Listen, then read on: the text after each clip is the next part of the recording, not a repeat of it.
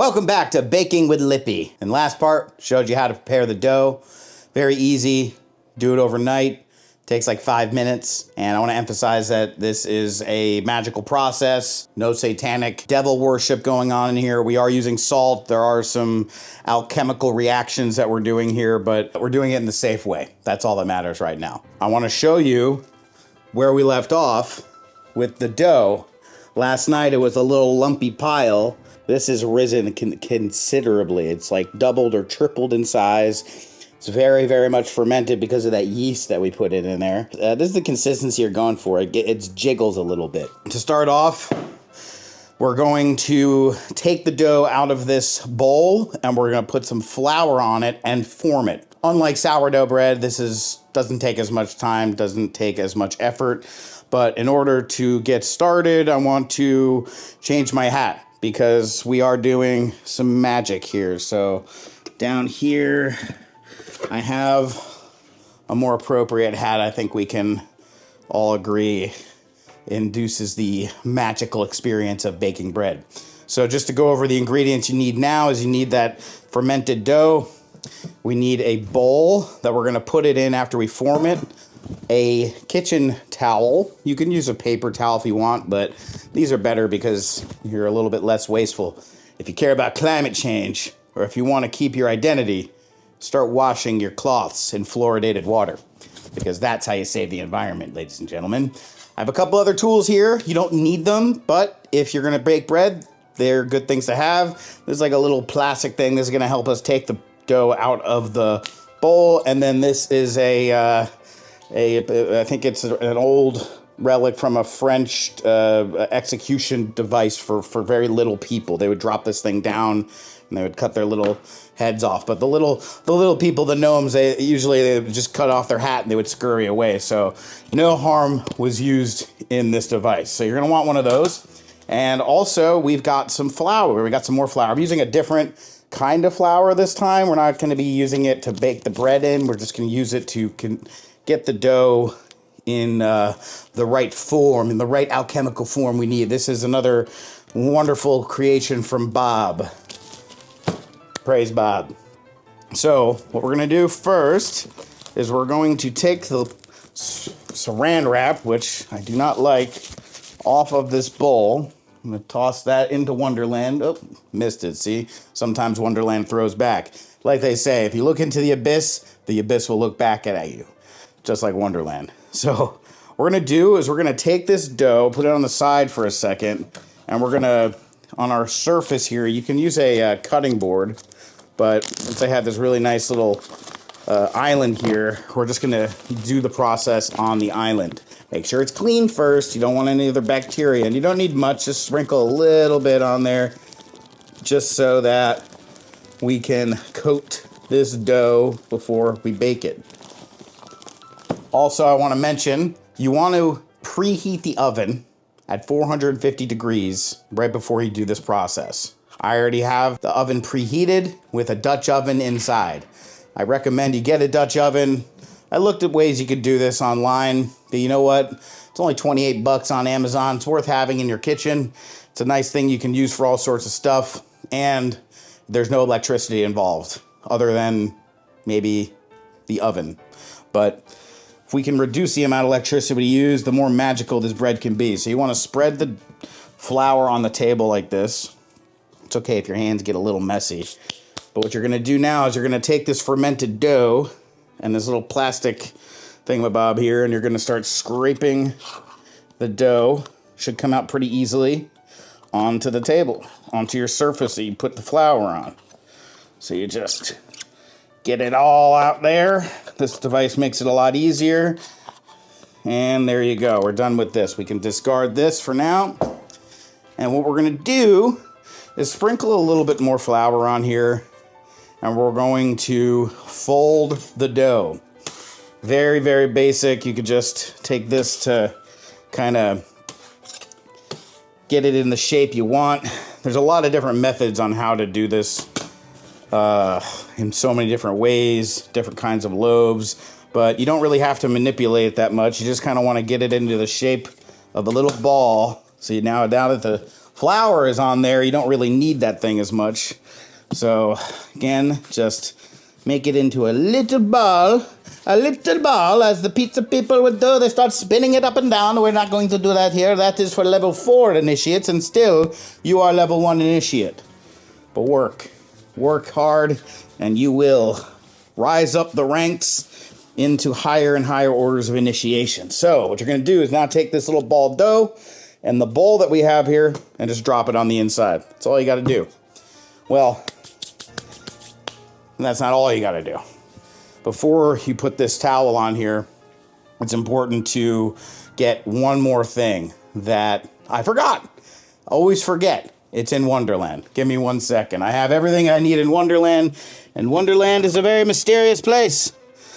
Wonderland's a very mysterious place. Make sure you keep all of your stuff just outside the rabbit hole, because you will spend a lot more time down the rabbit hole than it takes to bake a loaf of bread. Usually your bread gets burnt or eaten by the time you get back. So we got some parchment paper here. We're going to need this. And also, just to invoke a little bit more magic here, I just want you to think that your intention goes into the food. You have power in your hands. I want you to think that your hands are radiating energy. If you ever rub your hands together, they conduct heat. So before we put the heat into the dough via the oven, what I want to do is I want to conduct a little spell with our hands. So what you do is you don't have to do this, but if you want to go up to level 2, you have to put your intention into the bread. And your intention comes out through your hands. So just imagine, you can close your eyes if you want. I'm going to keep them open because I want to make sure you're watching. You just got to keep your hands together and focus your hands, focus the energy. And then if you do it correctly, if you just focus right here, some real interesting stuff could happen. Oh my God. Be careful. Be careful. Be careful with magic because it is dangerous. And if you don't know how to use fire, you could burn yourself. But anyway, I keep talking about levels of initiation. Even I forget things at times. What I want to do before you put the loaf, the pre-loaf roll of dough into the bowl here, you want to take some parchment paper, which I love. I love parchment paper so much more. It's a lot easier to use than saran wrap. And it burns. Plastic burns. Doesn't smell so good. I hear it's not good for the environment, but who knows. So what we're going to do is we're going to take that loaf, that little dough, and put it inside the bowl. I'll come and show you what it looks like. Very simple. Just a little formed ball inside the bowl. And then what you're going to do is you're going to take that kitchen towel I was telling you about, and you're just going to place it over the top like this for a little while until your oven preheats to 450. Comes to temperature inside, then your bread will cook even more efficiently. So we're going to come back here in a second, and I'm going to show you exactly what happens when we put it into the oven. Here we are, from the depths of the floor of the kitchen. I wanted to emphasize that we are dealing with fire, and it is very dangerous. So you need a pair of oven mitts, because this Dutch oven in here is extremely hot once it's been preheating. So when you open the oven and expose the fiery hellscape within, we've got a Dutch oven. There's other kinds of Dutch ovens that are very silly jokes, but this is no joke, ladies and gentlemen. So make sure you use 2 oven mitts. Make sure you grab it out of there, and you don't want to burn yourself. So now that we have our Dutch oven perfectly preheated, we're going to make sure that you have a hot plate that you put this down onto. It will burn anything that it sits on. You'll burn your fingers, you'll burn the wood or whatever. And use these oven mitts because it's very hot. Take the lid off of the Dutch oven, and you're going to take your dough, which at this point has been, I guess you could say, proofed. What we're going to do is we're going to take it from the bowl with the parchment paper and just drop it into the center like this. I'm not going to bring this over because it's really hot and I don't want to hurt. I don't want anyone to get hurt, especially me. You got to think of yourself when you're cooking because you're the one doing the magic. And then also you want to make sure you're thinking of your people that are going to eat food, because you don't want to be like that guy from the movie The Menu and kill all of your customers with rotten bread. So what you're going to do is you're going to take the lid, put it back on the top, just like that. And what we're going to do is we're just going to put this back in the oven for 30 minutes. That's all it takes.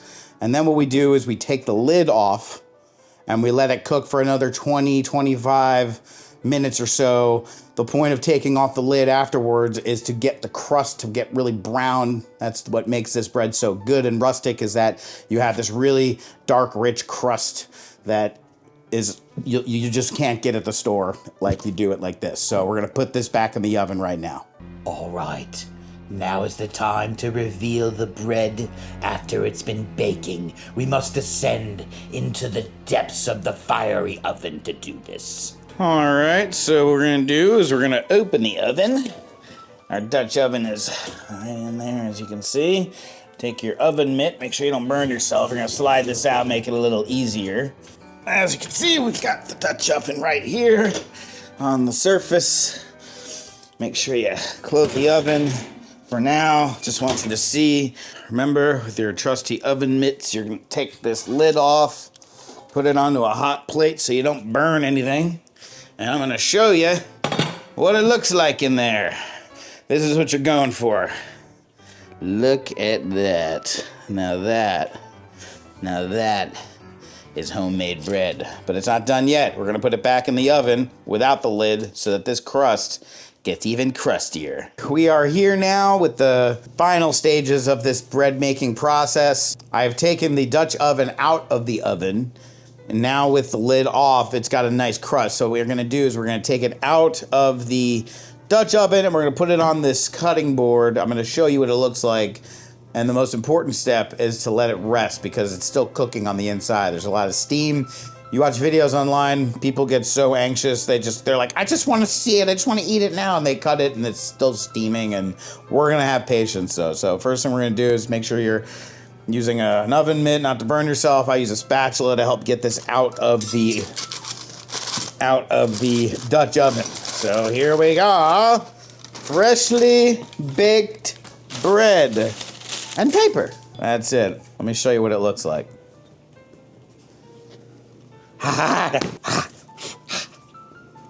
Check that out. Check out that loaf. Now that is what we call a perfectly cooked piece of bread. Look at that crust. It's super nice, very tough, and also on the bottom, see if I can do this. You want to make sure that when you, it's a little burnt on the bottom, but that's okay. Take a look at that bread. Take a look at that bread.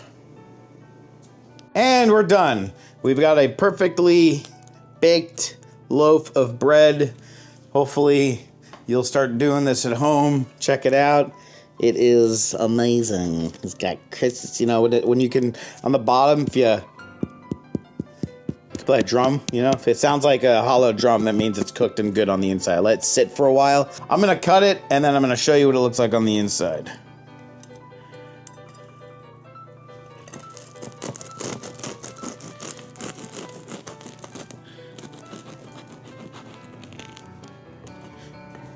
Make sure you got a nice sharp knife. Look at that.